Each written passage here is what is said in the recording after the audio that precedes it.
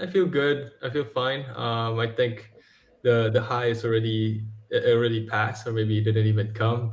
But we're back to work. I'm competing. I'm flying in 2 days. So yeah, need to get my stuff together again, and keep on, as Miss Cheska said, keep leaping and bounding to new heights. And can you take us through that exact moment when you finished that jump and you knew you cleared that particular height and you broke your own record again? I think it was just really a lot of things were going on. I was happy that I made it, definitely, but at that time, I celebrated. It didn't register. Oh, it's a new personal best. It's a new record. It's a new height that I have never achieved. I was just, oh yeah, I'm still on the competition. I'm still on this game. So I better keep my focus on, and try to win a medal here. So yeah, that was just what's going on in my head. It wasn't like, oh, nice, I won. I've got a new area record, nice, and I kind of just released everything. I kind of kept it in, and I was just like, yeah, I don't know if the other guys are gonna make it. I don't know if we're gonna keep pushing forward. How far is this gonna go? This competition's gonna go. So yeah, I didn't celebrate as much. I was just happy that I made it. When you talk about your recent rift with Patafa, and now it has many resolutions already. If I believe there is already a bill filed by Senator Pia Cayetano, I just have to check more on that. But currently now inside, with your status with your federation, how is that like? And what are the developments now? Um, Developments. There's a new president in town, Mr. Terry Capistrano. His full Right. name is Agapito Capistrano. I have been friends with him since 2019. I've met him actually way back in 2016, but probably didn't know him. I got to know him when I was struggling with my polls, getting it to Tokyo back in 2020 and 2021. So I've been good friends with him.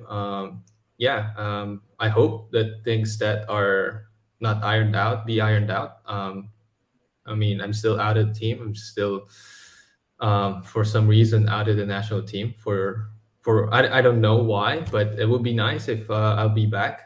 Definitely, I think hopefully the board would be able to see that, and the new administration would be able to make it happen. Yeah, that's there's not much really that happened, I would say, based on my federation and me, Okay. and other So than, of course, a better relationship with the president. Since you did get prize money from your recent victory, you made the incredible decision to pay it forward, to support a fellow athlete, to support a fellow athlete who is in need. Can you talk about your thought process when it came to donating that money to, of course, Miss Lydia De Vega?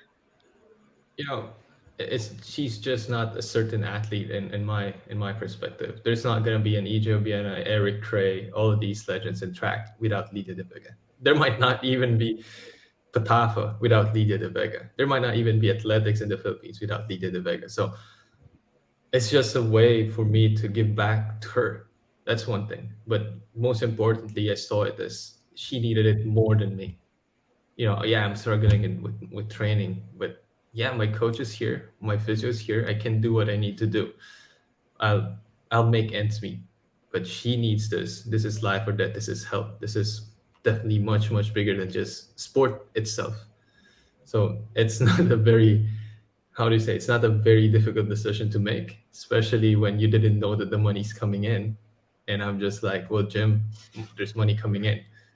I think it's better to do this. And then Jim suddenly says, yeah, that's a good idea. And then I'll put mine in too. And it just made sense. It just made a lot of sense to do it. And I can't wait to hopefully talk to Miss Lydia and show her what track and field is now in Philippines. Not because of me, not because of just us. It's because of her and her Yeah. colleagues who made track what it is now. I think Lydia was the first one who who set foot in Asian Games and said, you know, Philippines do exist, and we're here to compete with you guys, with the Kazakhs, the Asian, the Chinese, the Japanese. We're here, you know, Filipinos are here, and it's a big shoe to fill in. But you know, having that role model already there makes it easier for me to step and set foot on Asian territory and say, hey, yeah, we're here to compete with you guys. You know, I'm not here to participate. I'm here to win. And that's what Lydia showed me. That's what Lydia actually showed, not just me, the whole freaking Philippines and the history of athletics, that hey, we can compete not just in Southeast Asia, not just in Asia.